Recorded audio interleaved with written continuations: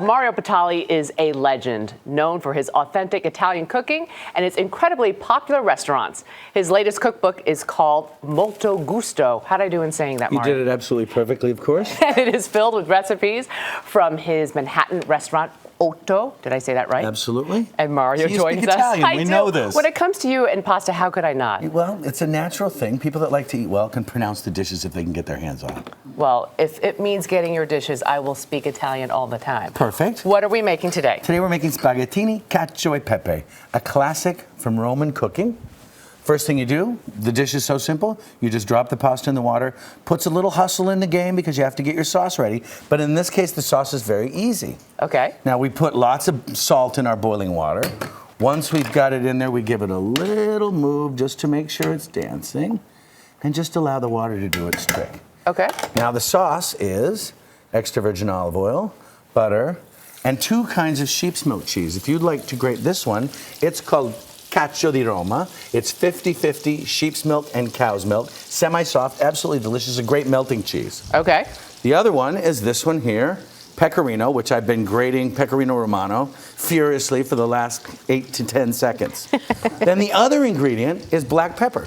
We get nice black peppercorns. I like Tellicherry or Malabar, both from India. You're speaking like a foreign language, but I love it. Oh, I try to. And then just crush up the pepper. It's relatively peppery when you eat it in Rome.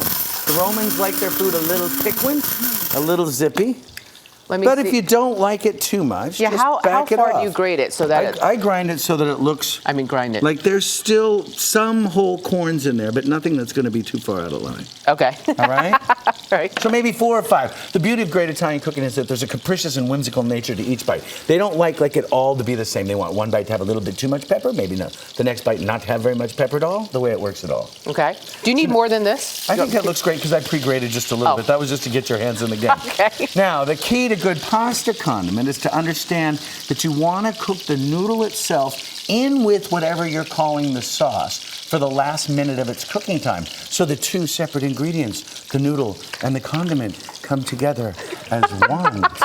Which is the greatness of great pasta. Okay. One of the most unheralded and important, watch out, this may splatter. Yeah, wait, what's that you're doing? That's a secret. The pasta water. The pasta cooking water has a bit of the starch, which kind of helps it adhere to the actual noodle itself. As it reduces, that starch kind of accentuates, and as you'll notice, we're going to take it out and we're going to cook it that last minute outside of the water, but in the pan. The key to this sauce is making sure that there's enough water in there so that it slightly emulsifies. Okay.